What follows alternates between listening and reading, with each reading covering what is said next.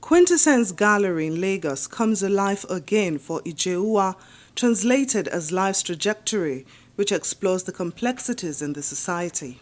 We are really excited that he has come to show in our gallery. We've been working with him in the last 6 months, and this has accumulated into what we are all seeing in the gallery today. The curious mind who is interrogating theories with shapes and color is Promise Onali, with over 40 works of art, some of them titled in the Igbo language. It's a phrase that could mean quite a lot. It could mean change, it could mean evolution, it could mean life, the journey of life.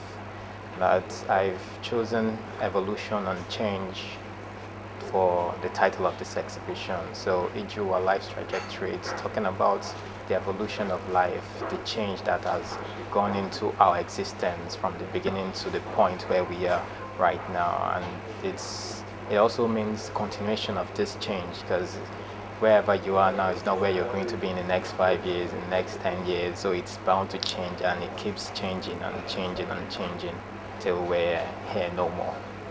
He has shown a lot of vision in his work. He has worked on what he considers as creation.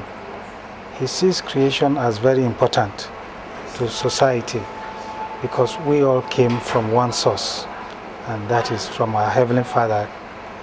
And so he sees it as an important thing he should capture. And that's what we see in this exhibition. His style is as unique as the man who inspired him, Bruce Onobrakbaya, as he walks on that complex path using coffee, charcoal, fiber, fabric, sand, and some other materials for his works. I love textures a lot, and I also love acrylics because it dries fast, so it helps you walk and rework and rework. I love reworking my works. Sometimes I could create a work and I'll be like, okay, it's fine. In the next month, I'll be like, okay, there's something here, and I start reworking.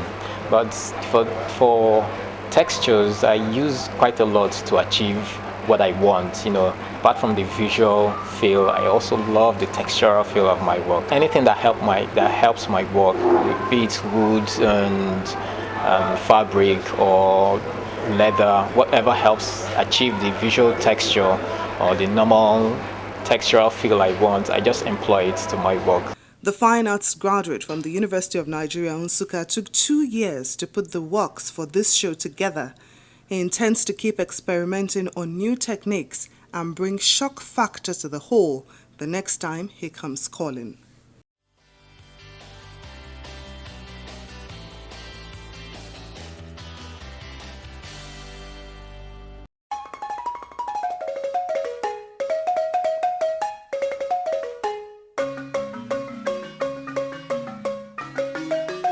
Guarantee Trust Bank, proudly African, truly international.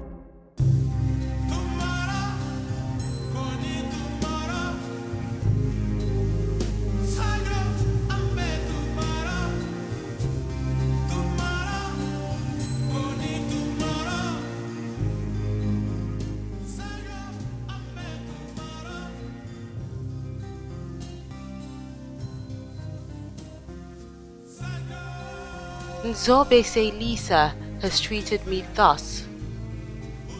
It has led me among the sharps of the forest. Returning is not possible, and going forward is a great difficulty. The affairs of this world are like the chameleon species into which I have stepped. When I clean, it cannot go. I am on the world's extreme corner. I am not sitting in the row with the eminent, but those who are lucky sit in the middle and forget.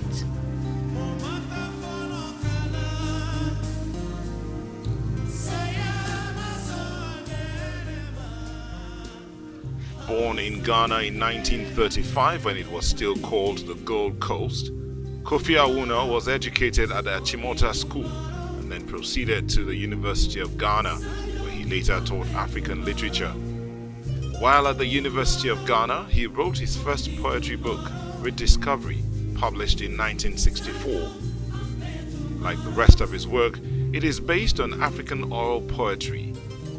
He then studied literature at the University of London, and while in England, he wrote several radio plays for the BBC. He started writing under the name George Awuno Williams. His works combined the poetic traditions of his native Ewe people with a touch of contemporary and religious symbols to depict Africa during the colonial era. While in the United States of America, he wrote This Earth, My Brother and My Blood. Awuno returned to Ghana in 1975 as head of the English department at the University of Cape Coast. Within months, he was arrested for helping a soldier accused of trying to overthrow the military government and was imprisoned without trial and was later released. The House by the Sea is about his time in jail. After imprisonment, Awuno became politically active and has written mostly non-fiction. Awuno was Ghana's ambassador to Brazil from 1984 to 1988, before serving as his country's ambassador to Cuba. From 1990 to 1994, Awuno was Ghana's permanent representative to the United Nations, where he headed the Committee Against Apartheid. He was also a former chairman of the Council of State. Professor Kofi Awuno was among those who were killed in the September 2013 attack at Westgate Shopping Mall in Nairobi, Kenya.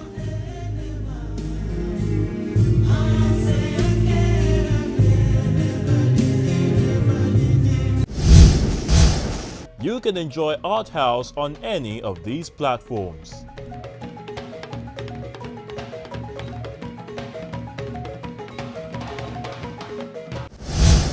And with that, we draw the curtain on this week's edition of Arthouse. But as usual, keep the conversation going online. You know all our platforms. And we're still waiting to take more of your responses on George Oshodi's picture. Let me refresh your memory. We showed you last week. It's the money, and it was taken at a gold mine in Ghana. We would like to know your thoughts about this picture, so keep those comments coming. You know my Twitter handle and also on Facebook. I'm Melinda Akinlami. Have a lovely day.